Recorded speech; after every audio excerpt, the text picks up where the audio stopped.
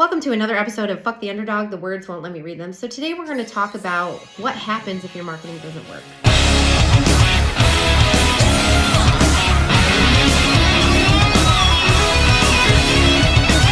Well, first and foremost, let's look at what that means. What does it mean when you say your marketing didn't work? Does that mean that you got a high quantity of leads and you couldn't maybe get hold of them, or they didn't convert into paying customers? Did you get people through your door? Did they call you, or did they just fill a form? What do you mean by your marketing doesn't work? So it's really important that you sit down and have a conversation with a company like WebSpark Media and dig into where in the process you have a bottleneck and how you can fix that bottleneck. Because typically marketing does work. It doesn't mean you don't need to change your strategy along the way. It doesn't mean you may not need to switch platforms or try a new tactic, increase your keyword list, decrease your keyword list, come up with a new offer because the offer is king, etc. There are a lot of tweaks that you do need to make in order to make that marketing work, but you should discover the most of that in the first 90 to 120 days, meaning you should refine your offer and understand what a winning offer looks like for your company. And you will have to change it from time to time because there is a thing called offer fatigue. But initially, what people find is they think it doesn't work, especially in the first 90 to 120 days. And the reason for that is that everybody thinks it's like a faucet. You turn it off and on, you're going to get flooded. When you don't get flooded, you get disappointed, you get buyer's remorse. You start to second guess and question. You get a couple of leads that maybe aren't the right avatar, or maybe they don't have the money to buy your service or product. You get more discouraged, and then you throw your hands in the air and you give up.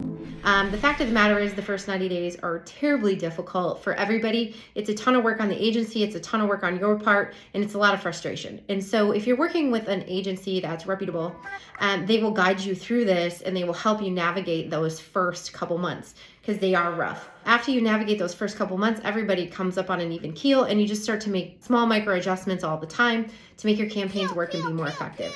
They should be checking in with you at least weekly or bi-weekly to see what your results look like, to see where your struggles are, and maybe offer coaching to you on how you could further refine a package or refine your offer to get the optimal bang for your buck. You also should be combining that with a media plan for the following year and at least revisit that plan quarterly. So when your marketing doesn't work, it's like failing to plan is planning to fail, they say. And what that means is if you're just like, oh, I'm just going to sign up for Facebook ads. And then you do some Facebook ads, a couple months in, they kind of stop working in your opinion. It's generally because you don't have a plan. It's also because you get offer and ad fatigue. It's also because you need to combine it with some other strategies like review management, Google My Business optimization, social media posting, so on and so forth, so that it works more effectively. Otherwise, you're devaluing your service and you're just another Groupon, which means that you're selling your service for way less than it actually costs you to give it, and you end up losing in the long run. It is not a race to the bottom. You do not need to do that, but you do need to have a solid offer that interests people and attracts them to your business. And so the marketing not working could be related to your agency not helping you with the plan. It could be internal sales, and it could be you simply don't know what to do with the leads once you get them, which is very common. And it's no shame in that because it's oftentimes like, how do you deal with a cold lead? You're used to dealing with word of mouth and referrals, and those are very easy to close, right? Bob told me to come use you guys. He highly recommended you tell me what I need to do. Is a lot different than the conversation of here's who we are, here's my elevator pitch, here's how you work with us, let's move forward, right? And so those two conversations are very different from one another. And so if you aren't well versed in how to convert cold traffic into a paid client, you're going to struggle at first.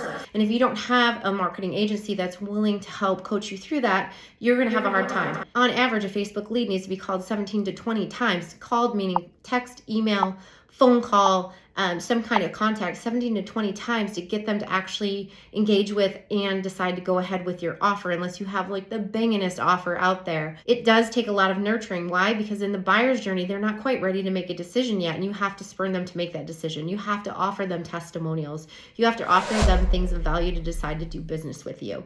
Unlike Google, which is a little further in the buyer journey, they're actually actively looking for a solution to a problem, and they convert at a little higher rate, but still not as high as a referral. So understanding that if you're used to referral marketing, which most small businesses are, it's not the same at all. You don't just call them and they're eager to work with you because Bob told them to. They just saw your ad, they were enticed, and now you got to convince them that you're the right choice. That is why sometimes marketing doesn't work for you. I would recommend working with an agency like WebSpark Media to put together a plan and to have those touch points so you fully understand what it is you're paying for and how to capitalize on it. Have a great day.